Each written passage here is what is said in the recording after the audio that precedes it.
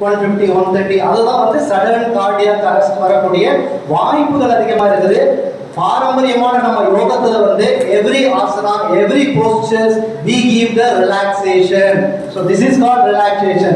மெதுவா படுத்துட்டு அப்படி மெதுவா மூச்சை வந்து சாதாரண இயற்கையாக நடக்கும் உங்கள் மூச்சை வந்து கவனிக்கணும். இதுல என்ன பண்ணணும்னா கண்களை மூடிக்கொண்டு உங்கள் மூச்சை நிதானமாக நடந்து கொண்டிருக்கும் அந்த மூச்சை வந்து நீங்க கவனிக்கணும். இதுதான் வந்து ஒரு பர்ஃபெக்ட். நீங்க யோகா கத்துக்கணும்னா ஒரு நல்ல தெரிஞ்ச ஒரு ஆசிரியத்தை போய் கத்துக்குங்க.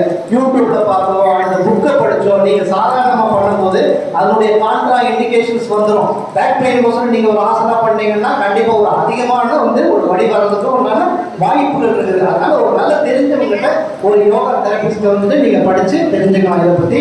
ஸோ என்னையும் கான்டாக்ட் பண்ணலாம். MSc yoga naturopathy.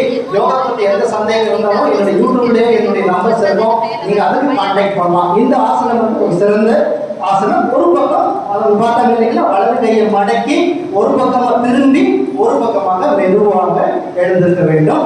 அடுத்த ஆசனம் வந்து நம்ம பார்க்கறது வந்து புஜங்காசனம். புஜங்காசனம் எப்படி பண்றது பார்க்கலாம். இது வந்து நம்மளுடைய ப்ரோன் பொசிஷன், அதாவது குப்புறப்படுத்திக் கொண்டு செய்யக்கூடிய ஒரு ஆசனமாகும். இந்த ஆசனத்துல இந்த மாதிரி ஃபர்ஸ்ட் பொசிஷன் படுத்துக்கணும். அடுத்தது வந்து உங்கள் கைகளை வந்து எல்லாம் எடுத்து அந்த நம்ம செஸ்ட் பக்கத்துல வந்து நம்ம மார்புக்கு பக்கத்துல வைக்கணும். புஜம் அப்படின்னா வந்துட்டு புஜங்காசனா பாம்பு ஆசனத்துக்கு அர்த்தம்.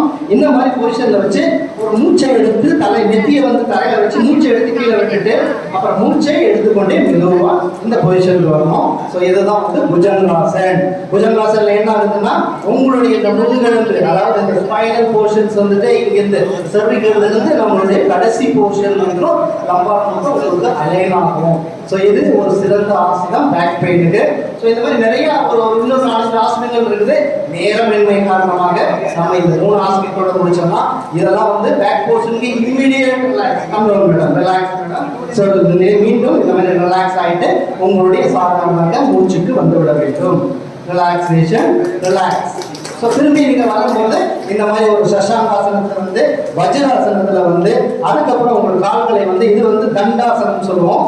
இந்த தண்டாசனத்தில் வந்து அதுக்கப்புறம் உங்களுடைய பிரீத்திங்கை வந்து நார்மலாக கொண்டு வந்துட்டு மேலே நீங்கள் வச்சுக்கலாம். So these asanas will help for the back pain. Madam thank you very much. நீங்கள் வந்து ப்ராக்டிக்கலாக எனக்கு செஞ்சு காமிச்சது ரொம்ப நன்றி. Thank you very much madam. So சூப்பராக ரொம்ப சிறந்த முறையில் ஆசனத்தை செஞ்சு காமிச்சாங்க.